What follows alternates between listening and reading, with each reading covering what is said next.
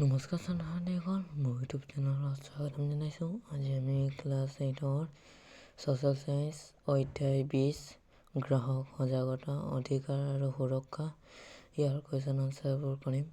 ভিডিঅ'টো ভাল লাগিলে এটা লাইক কৰি দিব আৰু চেনেলটো ছাবস্ক্ৰাইব কৰি দিব। অনুশীলনী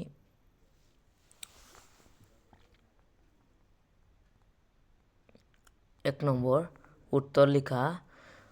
ক. গ্ৰাহকৰ সজাগতাৰ আৱশ্যকতা আছেনে? তোমাৰ উত্তৰ সপক্ষে দুটা যুক্তি আগবঢ়োৱা।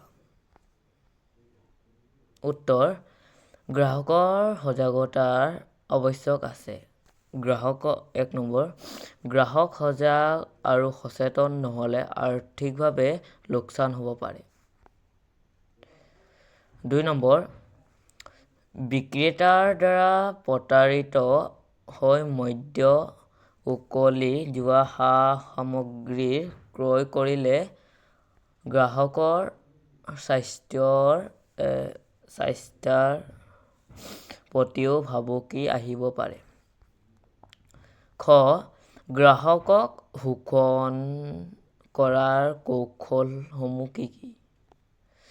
উত্তৰ: এজন গ্ৰাহক বিভিন্ন ধৰণে বিক্ৰেতাৰ দ্বাৰা শোষিত হ'ব পাৰে। উদাহৰণস্বৰূপে: 1 নম্বৰ বস্তুৰ ওজন সঠিকভাৱে নকৰা।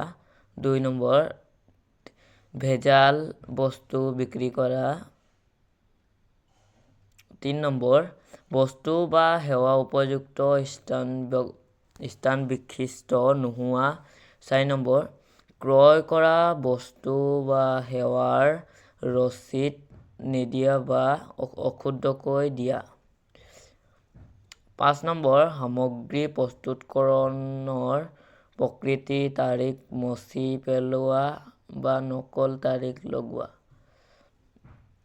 6 নম্বৰ প্ৰকৃত মূল্যৰ ওপৰত নকল মূল্যৰ লেবেল লগোৱা। 7 নম্বৰ মানসূচক চিহ্নসমূহ নকল কৰা। 8 নম্বৰ নামী-দামী কোম্পানীৰ দ্বাৰা উৎপাদিত সামগ্ৰী হুবহু নকল কৰা। গ নম্বৰ গ্ৰাহক হিচাপে তোমাৰ কৰ্তব্য কি? বজাৰলৈ গৈ বস্তু ক্ৰয় কৰাৰ সময়ত কোনবিলাক কথা মনোযোগ দিয়া উচিত? উত্তৰ: গ্ৰাহক হিচাপে সামগ্ৰী বা সেৱা ক্ৰয় কৰোঁতে সদায় সজাগ আৰু সচেতন হৈ থকাটো আমাৰ কৰ্তব্য। গ্ৰাহকে সামগ্ৰী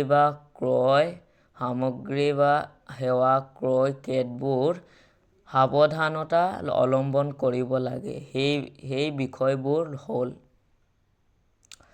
1 নম্বৰ বস্তু বা সেৱা ক্ৰয় কৰোঁতে তাৰ গুণাগুণ, দাম, ওজন, বিশুদ্ধতা আদি সম্পৰ্কে নিশ্চিত হ'ব লাগে।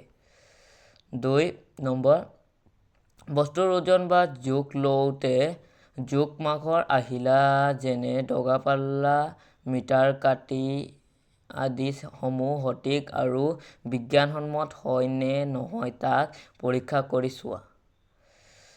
3 নম্বৰ যিকোনো বস্তু কিনাৰ পিছত বস্তুৰ বিৱৰণ আৰু মূল্য লিখা থকা ৰচিদ বিচৰা। 4 নম্বৰ বিভিন্ন ক্ষেত্ৰত উৎপাদিত সামগ্ৰীসমূহৰ বাবে চৰকাৰে নিৰ্ণয় কৰা মানসূচক চিহ্নসমূহ যেনে egg mark, ISR mark, hallmark, FPO আদি চিহ্ন ক্ৰয় কৰা সামগ্ৰীত আছে নে নাই তাক পৰীক্ষা কৰি চোৱা। 5 নম্বৰ দীৰ্ঘস্থায়ী সামগ্ৰীৰ ক্ষেত্ৰত বিক্ৰেতাৰ পৰা গেৰেণ্টি বা ৱাৰেণ্টি কাৰ্ড বিচৰা। 6 নম্বৰ পেকেটযুক্ত বস্তু কিনাৰ ক্ষেত্ৰত উৎপাদন তাৰিখ, মদ উকলা তাৰিখ, MRP, সৰ্বোচ্চ খুচুৰা মূল্য লক্ষ্য কৰা আদি। ঘ নম্বৰ গ্ৰাহক অধিকাৰ মানে কি? কেইটামান এনে অধিকাৰ বিষয়ে চমুকৈ আলোচনা কৰা।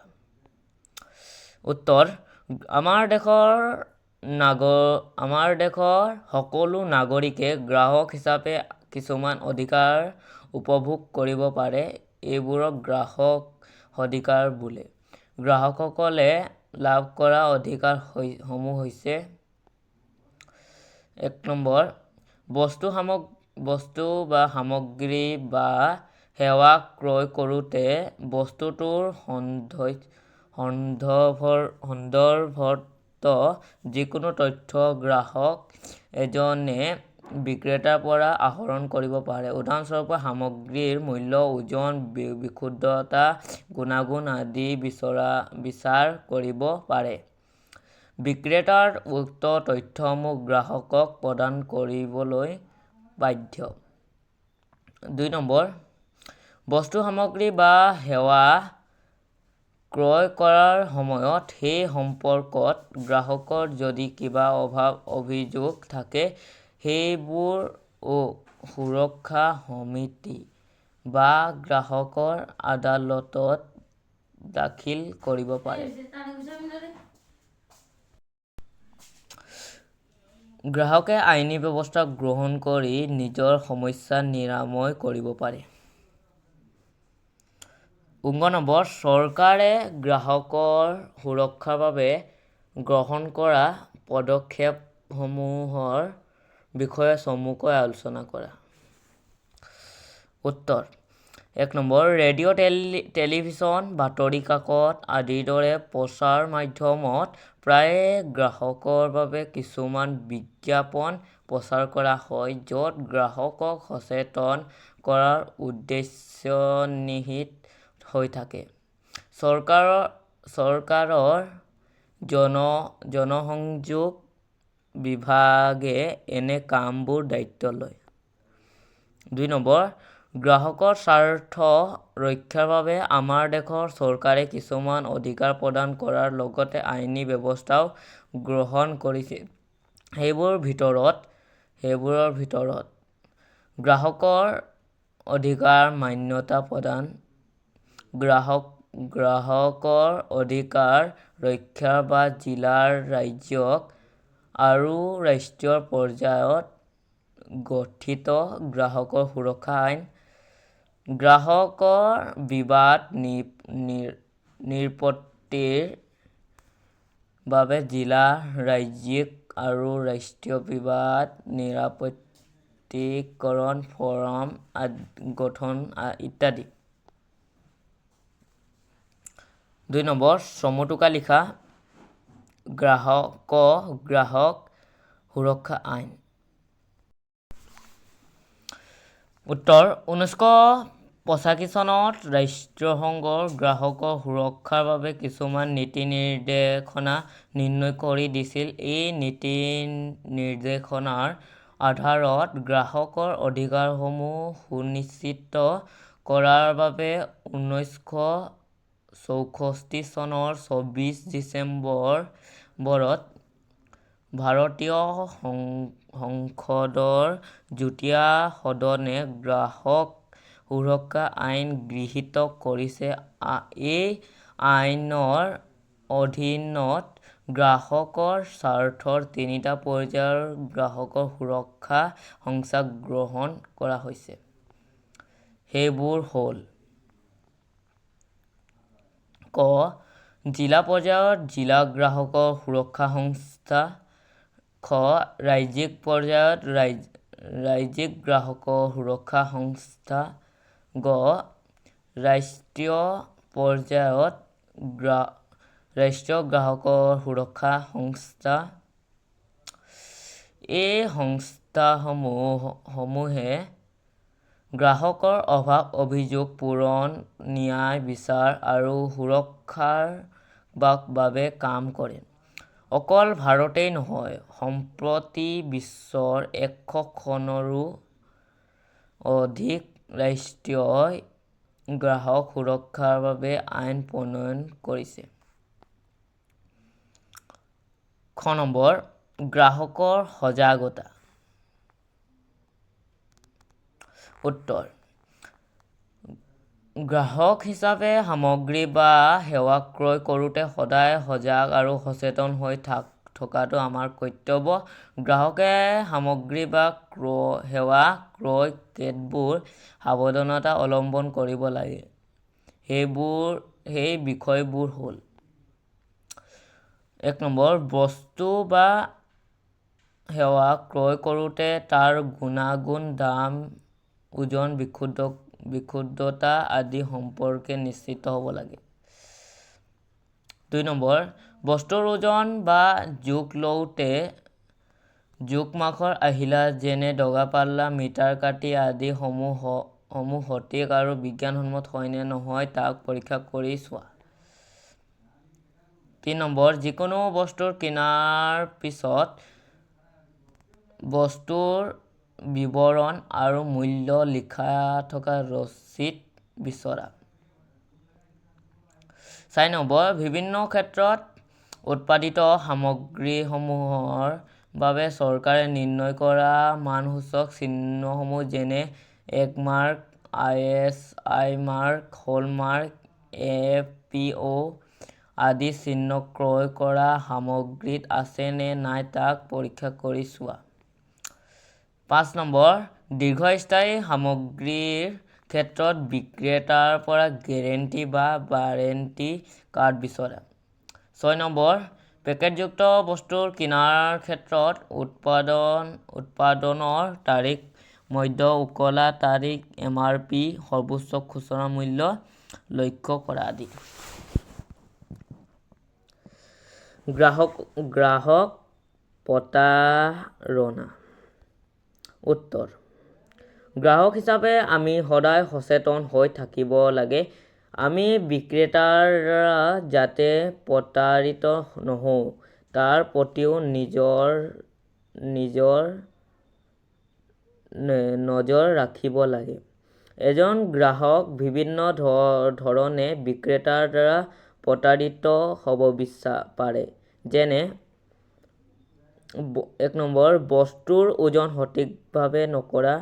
2, ভেজাল বস্তু বিক্ৰী কৰা। 3, বস্তু বা সেৱা উপযুক্ত স্থান বিশিষ্ট নোহোৱা। 4, ক্ৰয় কৰা বস্তু বা সেৱাৰ ৰচিদ নিদিয়া বা অশুদ্ধকৈ দিয়া। 5, সামগ্ৰী প্ৰস্তুতকৰণত প্ৰকৃত তাৰিখ মচি পেলোৱা বা নকল তাৰিখ লগোৱা। 6, প্ৰকৃত মূল্যৰ ওপৰত নকল মূল্যৰ লেবেল লগোৱা। 7, মানসূচক চিহ্নসমূহ নকল কৰা। 8, নামী-দামী কোম্পানীৰ দ্বাৰা উৎপাদিত সামগ্ৰীৰ হুবহু নকল কৰা। ডাক সেৱা, টেলিফোন বা ইণ্টাৰনেটযোগে অৰ্ডাৰ কৰা বস্তু সময়মতে অৰ্ডাৰ নিদিয়া আদি।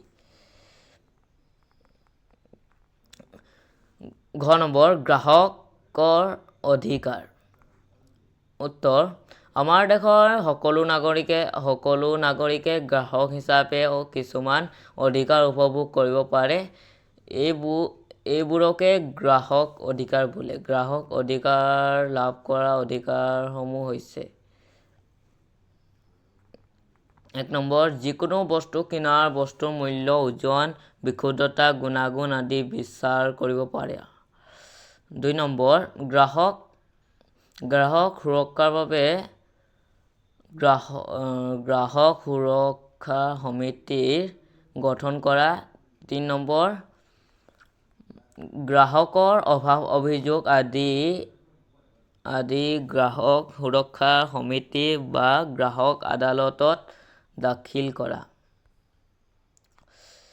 4, প্ৰয়োজন সাপেক্ষে গ্ৰাহক সুৰক্ষা আইন সহায়ত লোৱা।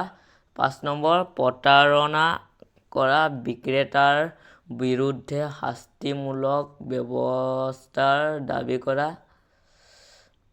6, গ্ৰাহক শিক্ষা লাভ কৰাৰ অধিকাৰ আদি। এই অধিকাৰসমূহ ভোগ কৰিবলৈ আমি সকলোৱে আগ্ৰহী আৰু সচেতন হোৱা উচিত। ইয়াৰ সাব্যস্ত কৰাত আমাক কোনেও বাধা দিব নোৱাৰে। সমগ্ৰ বিশ্বত গ্ৰাহকৰ অধিকাৰৰ বিষয়টোৱে বৰ্তমান এক জনজাগৰণ সৃষ্টি কৰিছে। তাৰেই ভিত্তিত 15 মাৰ্চ তাৰিখটো বিশ্বজুৰি গ্ৰাহক দিৱস হিচাপে পালন কৰা হয়। 19 গ্ৰাহক আদালত। উত্তৰ: গ্ৰাহকৰ বিবাদ নিষ্পত্তিকৰণৰ বাবে গ্ৰাহক বিবাদ নিষ্পত্তিকৰণ ফ'ৰাম গঠন কৰা হয়। ইয়াক গ্ৰাহকৰ আদালত বুলি কোৱা হয়। ইয়াত সকলো শ্ৰেণীৰ গ্ৰাহকে উপযুক্ত তথ্য প্ৰমাণ দাখিল কৰি অভিযোগৰ সুফল লাভ কৰিব পাৰে। এনে ফ'ৰামসমূহ 3টা পৰ্যায়ত গঠিত হয়, যেনে: জিলাভিত্তিক জিলা বিবাদ নিষ্পত্তিকৰণ ফ'ৰাম, খ. ৰাজ্যিক ভিত্তিক ৰাজ্যিক বিবাদ নিষ্পত্তিকৰণ ফ'ৰাম, গ. ৰাষ্ট্ৰীয় ভিত্তিক ৰাষ্ট্ৰীয় বিবাদ নিষ্পত্তিকৰণ ফ'ৰাম। 3. শুদ্ধ অশুদ্ধ নিৰ্ণয় কৰা। ক. গ্ৰাহক সুৰক্ষা আইন কেৱল দোকানত ক্ৰয় কৰা বস্তুৰ ক্ষেত্ৰতহে প্ৰযোজ্য। উত্তৰ: অশুদ্ধ। খ.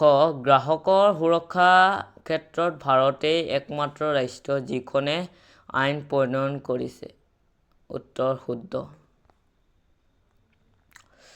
গ. শোষণৰ বলি হোৱা গ্ৰাহকে জিলা বিবাদ নিষ্পত্তিকৰণ ফ'ৰামত গোচৰ তৰিব লাগে। শুদ্ধ। ঘ.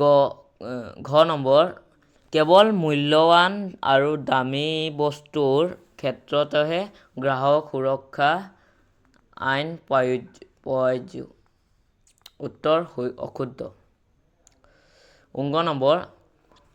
কৃষিজাত সামগ্ৰীৰ মান বিশিষ্টতাৰ প্ৰমাণ হিচাপে হলমাৰ্ক চিহ্ন ব্যৱহাৰ কৰা হয়। উত্তৰ: অশুদ্ধ। 1. বিক্ৰেতাৰ পৰা বস্তু বা সেৱাৰ ক্ষেত্ৰত লাভ কৰা প্ৰতাৰণাৰ ফলত হোৱা ক্ষতিৰ বাবে গ্ৰাহকে ক্ষতিপূৰণ পোৱাটো আইনগত অধিকাৰ। উত্তৰ: শুদ্ধ।